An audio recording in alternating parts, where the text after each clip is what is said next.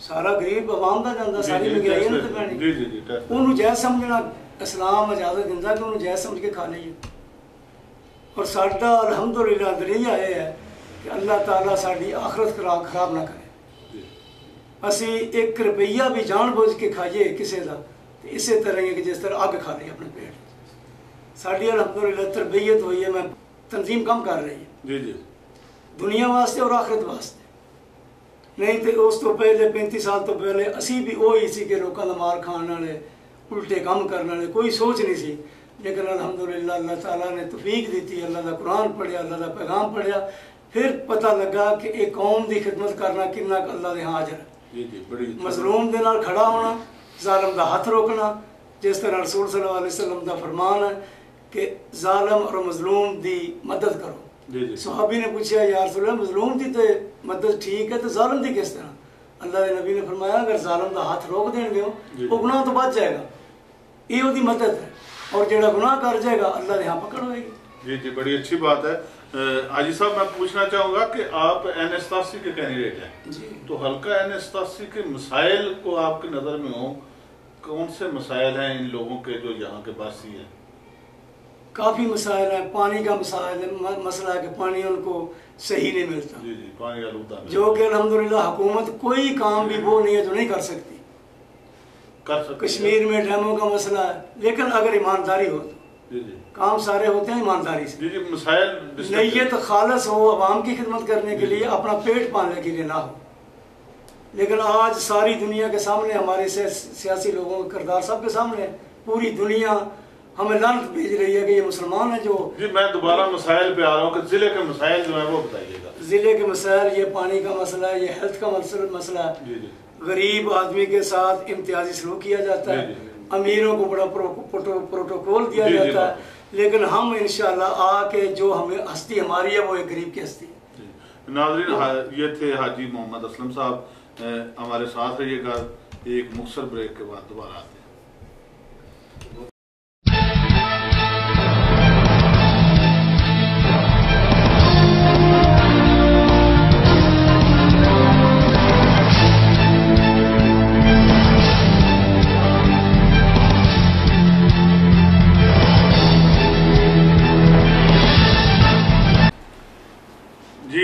Break کے بعد دوبارہ حضرت تو اس وقت ہمارے ساتھ موجود ہیں قاری حفیظ اللہ صاحب آپ حلقہ صوبائی اسمبلی PP70 سے امیدوار ہیں اللہ اکبر تحریک کی جانب سے قاری صاحب ویلکم میں آپ کو خوش آمدید کہتا ہوں کہ آپ ہمارے اس پروگرام میں تشریف لائے آپ PP70 سے امیدوار ہیں تو میں پوچھنا چاہوں گا کہ آپ ہمارے ناظرین کو بتائیں کہ PP70 کے کون سے مسائل ہیں جن کے حل کے لیے آپ نے الیکشن لڑنے کا فیصلہ کیا کہ آپ منتخب ہو کر انہیں حل کروا سکیں الحمدللہ وکفا وسلام علی عباد الذین اصطفیٰ اما بعد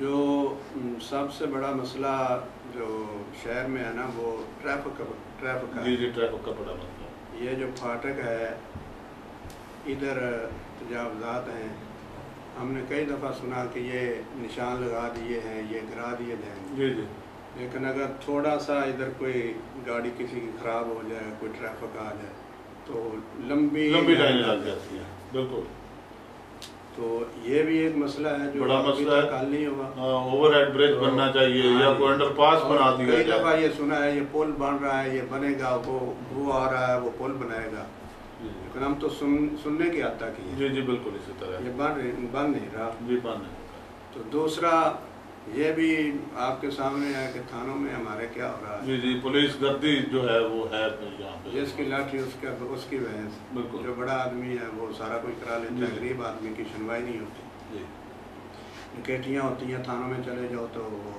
FIR نہیں ہوتی بھئی یہ نامعلوم ہم FIR نہیں کاٹیں گے ان 2-3 دنوں میں کم از کم 5-6 ڈکیتیاں جو ہیں وہ ہمارے علاقے میں ہو چکی ہیں جی لیکن FIR نہیں کوئی بھی نہیں ہوئی بس کبھی تو کوئی نہیں ہوئی ہاں نہیں ہوئی یہ ہے بالکل اسی یہ شاید پولیس سمجھتی ہے کہ FIR درج ہو تو کرائم کی ریشو بڑھ جائے گی ہاں جی پانی کا بھی مسئلہ آپ کے سامنے ہے کہ لوگ گھروں سے پانی نہیں لیتے نہروں پر جاتے ہیں یہ بھی ایک بڑا مسئلہ ہے، پانی اس کو بھی حل ہونا چاہیے۔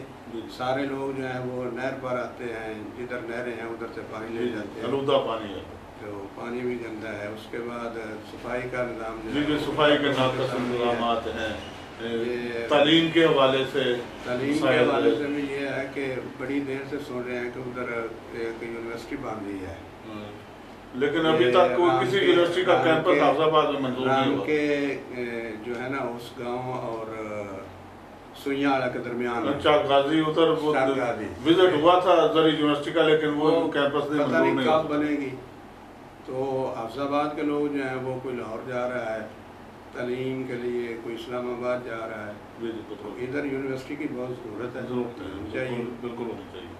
تو کالج بھی ہے، جو ایک ہی کالج لڑکوں کا، ہاں کالج بھی ہونا چاہیے، اس میں کالج تعداد بھی ایک اتنی ہی ہے نا، جی تو سارے ضلع کے لڑکے جو ادھر آتے ہیں، یہ بھی ایک بڑا مسئلہ ہے۔ جی تو ہم انشاءاللہ اگر اللہ نے ہم کو توفیق دی، موقع دیا، تو سب سے پہلے ہم تعلیم جو ہے نا اس پر یہ کریں گے کہ ایک امیر اور غریب جی جی دونوں کا بچہ ایک ہی ڈیسک پر بیٹھ کر، ایک ہی چیئر پر بیٹھ کر تعلیم حاصل کرے۔ جی۔ یہ نہ ہو کہ غریب آدمی جو ہے وہ تو اس کا بیٹا جو ڈاٹ پٹ بیٹھ کر تعلیم حاصل کرتا ہے، ادھر ٹیچر بھی نہیں ہے، پکھے بھی نہیں ہیں، تو دوسرا جو امیر ہے اس کا بچہ جو ہے وہ ایئر کنڈیشن میں تعلیم حاصل کرتا ہے۔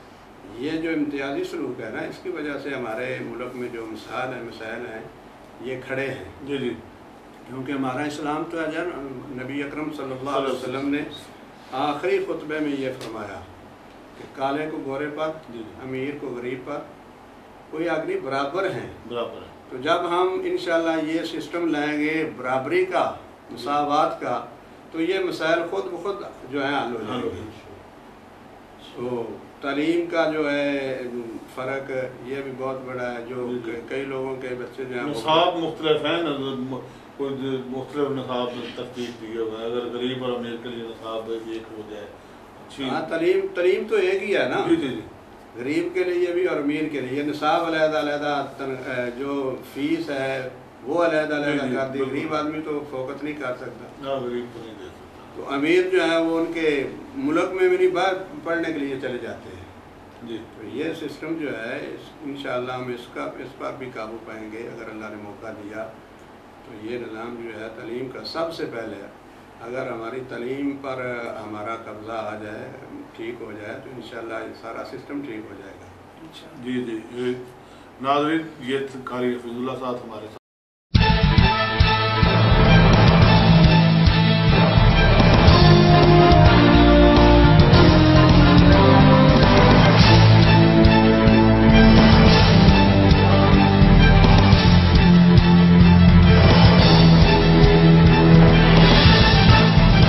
ناظرین بریک کے بعد دوبارہ حاضر۔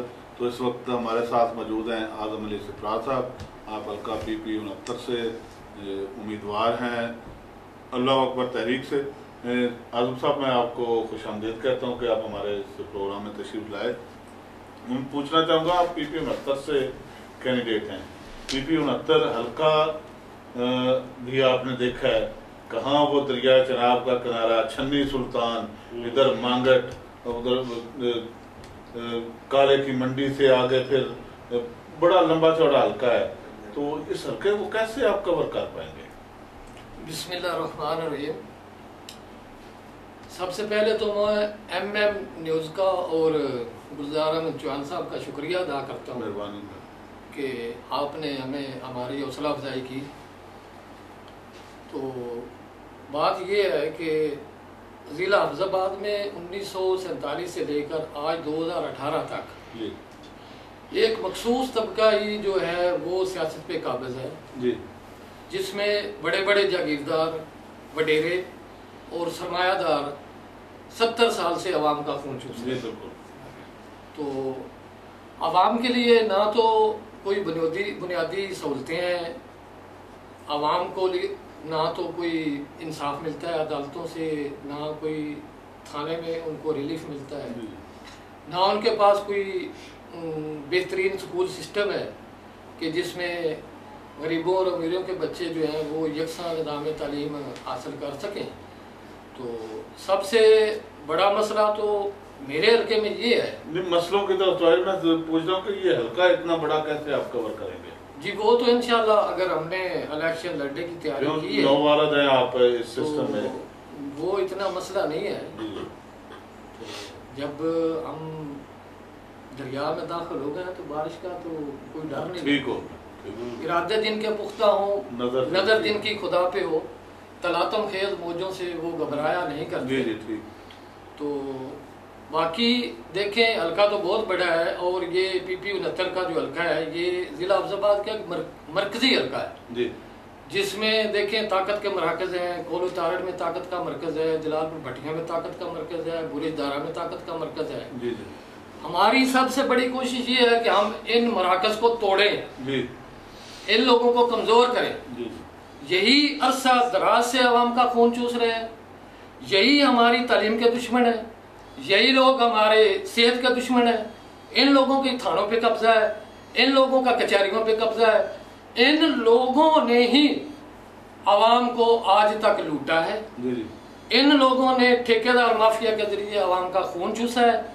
ہماری یہ کوشش ہے کہ ہم ان لٹیروں سے، ان جاگیرداروں سے، ان وڈیروں سے مقابلہ کریں عوام کے تعاون سے. جی جی اگر عوام ہمارا ساتھ دیتی ہے تو ہم انشاءاللہ ان کو آزادی دلائیں گے، ان کو عوام کو تعلیم دلائیں گے، ان کو صحت دلائیں گے، ان کی جو بنیادی ضروریات ہیں وہ پوری کریں گے، جی جی سڑکیں بنائیں گے اور تعلیمی نظام کو اپ گریڈ کریں گے، جی جی صحت کے نظام کو اپ گریڈ کریں گے.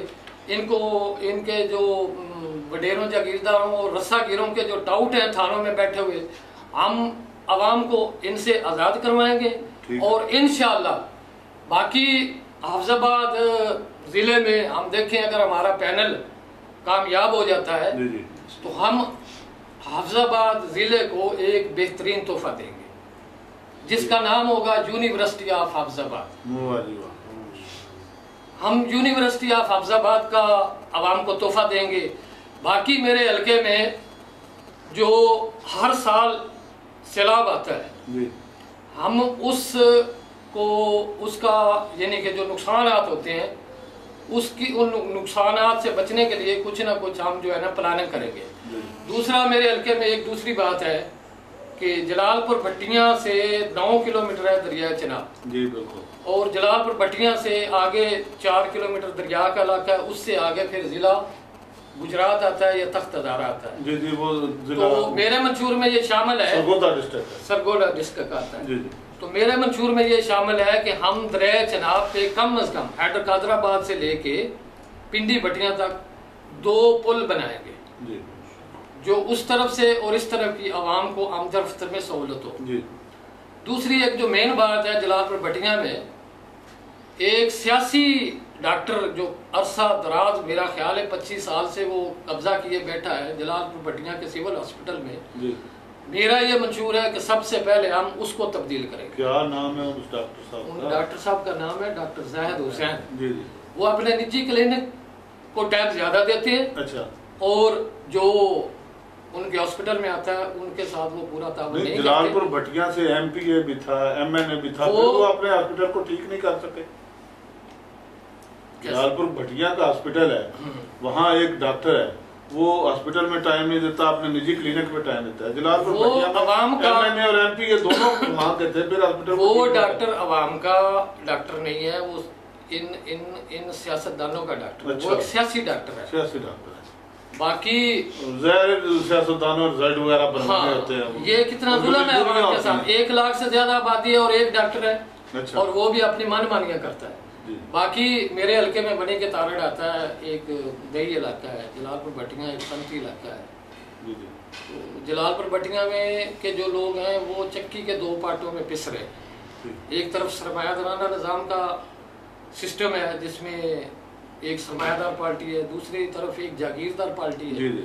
ان دونوں پارٹیوں نے آپس کی لڑائی میں عوام کا ستیاناش کر دیا. یعنی جلال پور بھٹیاں میں سرمایہ دارانہ نظام اور جاگیردارانہ نظام کا ایک حسین امتزاج نظر آ رہا ہے. امتیاز نظر آ رہا ہے.